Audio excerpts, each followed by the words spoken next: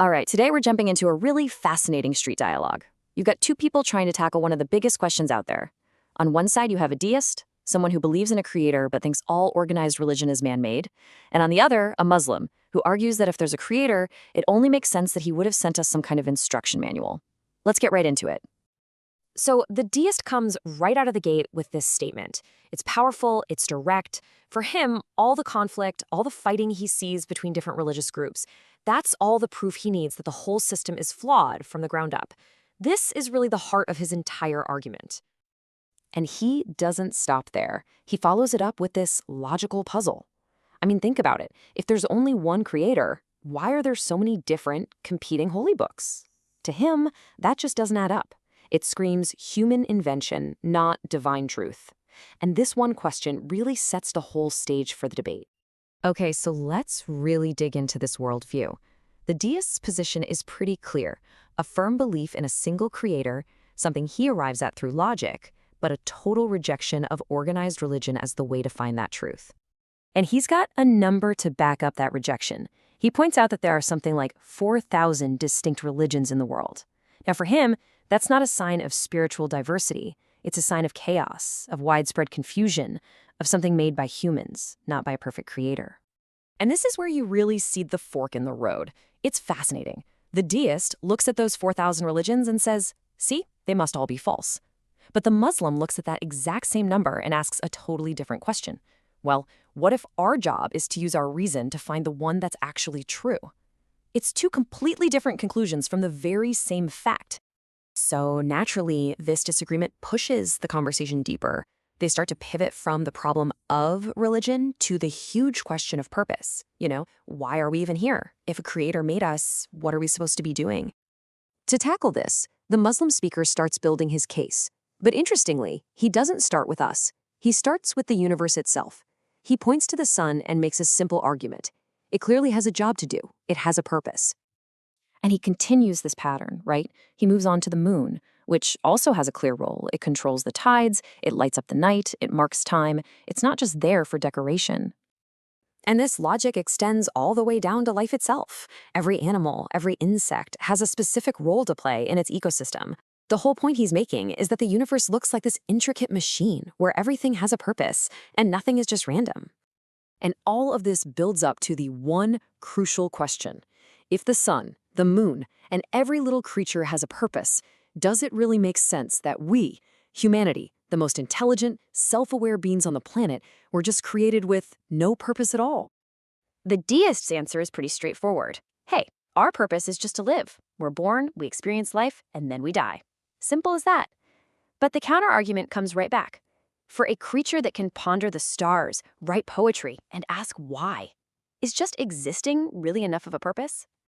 Okay, so if we entertain the idea that we do have a higher purpose, the very next question is, how would we know? How are we supposed to figure it out?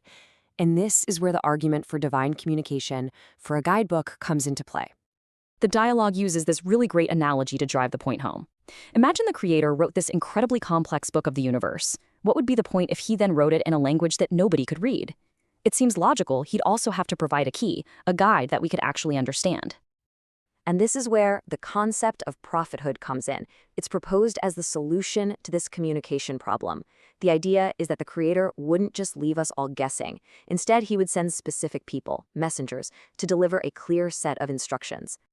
Now, this timeline offers a direct answer to the deist's big question from the beginning about why there are so many books. From this viewpoint, they aren't actually different religions. They're more like software updates for humanity. A message is sent, but over time, people change it or forget it. So, a new prophet is sent to bring everyone back to the original truth. And this culminates in one final message, meant for a world that's finally connected enough to share it globally.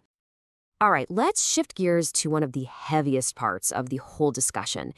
If we throw out the idea of a divine guidebook, how do we as a species agree on what's right and what's wrong? Right now, there are nearly 8 billion of us on this planet. Every single one with their own mind, their own experiences, their own ideas. And that number perfectly illustrates the potential problem. Without an objective standard, an external reference point, you could have 8 billion different definitions of what good even means. And what one person calls good, another might call evil. that can lead to total moral chaos. This quote from the dialogue just hits the nail on the head.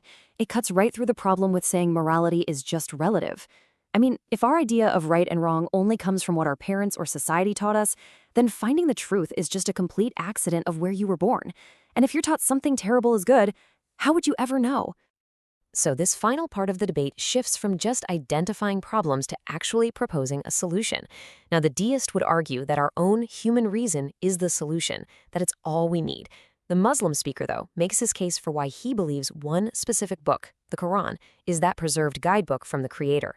He lays out 4 lines of reasoning here and presents them not as things you have to take on blind faith, but as claims of evidence that can be rationally looked at. First, the order in the universe suggests a single operator. Second, a specific prophecy that he says was impossible for a human to know. Third, a literary challenge that stood for centuries. And finally, its preservation. He's basically arguing that this book can stand up to scrutiny. So we're left with this really clear contrast between 2 different approaches. The deist's path says we should use our own personal reason and logic as our main tool to figure out life and morality. The theist's path, as it's presented here, says we should use that same reason, but for a different first step, to find an authentic message from the Creator and then use that as our ultimate guide. And that's where this incredible conversation leaves us. It really all boils down to this one fundamental question. Do we rely only on our own minds to make our way through the world, or do we use those minds to search for a map, one that might have been sent by the very one who created the world in the first place?